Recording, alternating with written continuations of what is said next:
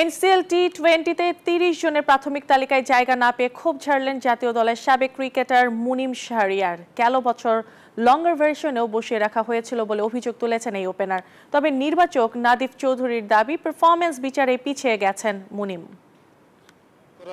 Option হচ্ছে ঘরোয়া লিগে যদি আমার ৩০ জনই নাম না থাকে তাহলে আসলে আমার ক্রিকেট খেলাটা এখানে ডিফিকাল্ট হয়ে যায়।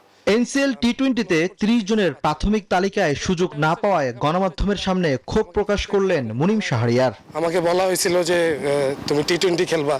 এনসিএল এর লঙ্গার ভার্সনে দলে থাকলেও খেলার সুযোগ হয়নি মুনিমের। তাকে ম্যানেজমেন্টের পক্ষ থেকে টি-20 টুর্নামেন্ট খেলার আশ্বাস দিয়েও বসিয়ে রাখা হয়েছিল বলে অভিযোগ তুলেছেন এই ওপেনার।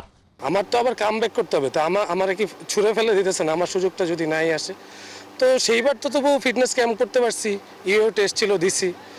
এবার সেই জিনিসটা আর কি হচ্ছে না। আমার মনে হয় যে এটা বাংলাদেশের যে ক্রিকেট কাঠামোকে এটা প্রশ্নবিদ্ধ করে। ওদের স্বপ্ন পূরণে পাশে থাকতে পেরে আমরা গর্বিত।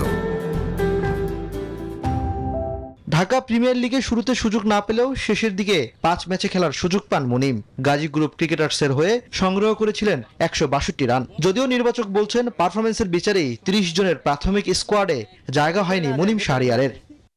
অবভিয়াসলি ক্রাইটেরিয়া একটাই, পারফরম্যান্স আর কি করতে পারবো। আমার সাথে পার্সোনালি কথা হয়েছে, মন খারাপ ছিল, আমার ফোন করছিল, নক দিয়েছিল।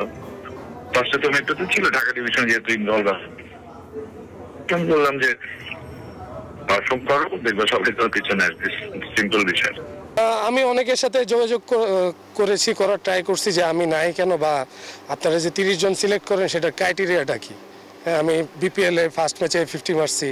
এরপরে আপনার ঢাকা প্রিমিয়ার লিগে আমার ফার্স্টের দিকে সুযোগ আসতেছিল না, 4-5টা ম্যাচ খেলছি। সেখানে মোহামেডানের সাথে আমি মিরপুরে সকালবেলার উইকেটে ইবাদত ভাই, মোস্তাফিজ, সাইফুদ্দিন, নাসুম আহমেদ, পুরো ন্যাশনাল সাইড। সেইখানে আমি মানে টি-20 স্টাইলেই ব্যাটিং করছি। আমার ওই দিনে আমার রান ছিল হাইয়েস্ট।